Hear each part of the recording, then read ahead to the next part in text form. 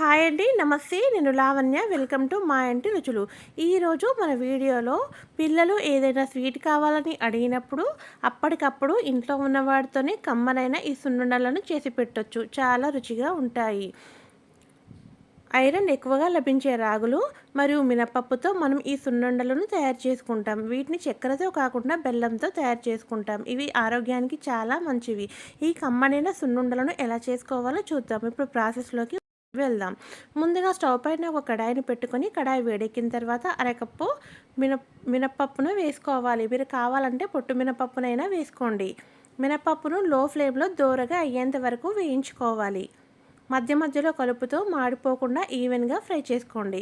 ఇలా వేగిన తర్వాత వీటిని పక్కన పెట్టుకోవాలి. ఇప్పుడు అదే కడాయిలో అరకప్పు రాగులను వేసుకోవాలి. రాగులను కూడా లో ఫ్లేమ్లో కలుపుతూ దోరగా అయ్యేంత వరకు వేయించుకోవాలి. ఇలా వేగిన తర్వాత వీటిని కూడా పక్కన పెట్టుకుందాం. ఇప్పుడు ఈ రెండింటిని చల్లారి పెట్టుకోవాలి. ఇవి మొత్తం చల్లారిపోయాయి. ఇప్పుడు మిక్సీ పట్టుకుందాం. ఇప్పుడు ఒక మిక్సీ జార్ తీసుకొని వీటిని మిక్సీలో వేసుకుందాం.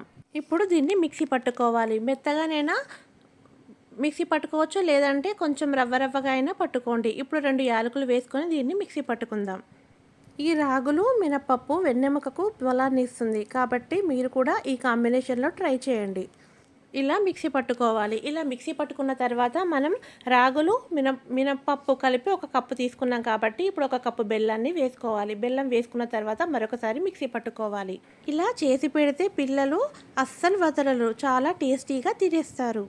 ఆరోగ్యానికి ఎంతో మేలు చేసే ఈ సున్నుండలను మీరు కూడా తప్పకుండా ట్రై చేయండి. ఇలా మిక్సీ పట్టుకున్న తర్వాత దీన్ని ఒక ప్లేట్లో వేసుకుందాం. ఇప్పుడు నెయ్యిని వేడి చేసుకోవాలి.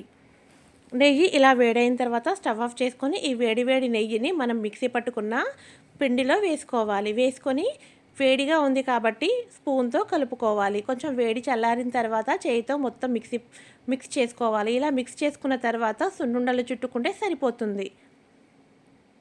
మీకు ఏ సైజులో కావాలనుకుంటే ఆ సైజులో సున్నుండలను చుట్టుకోండి. ఇలా చుట్టుకుంటే సరిపోతుంది. నేనైతే కొంచెం చిన్నగానే సున్నుండలను చుట్టుకుంటున్నాను. మీకు నచ్చిన సైజులో మీరు చుట్టుకోండి.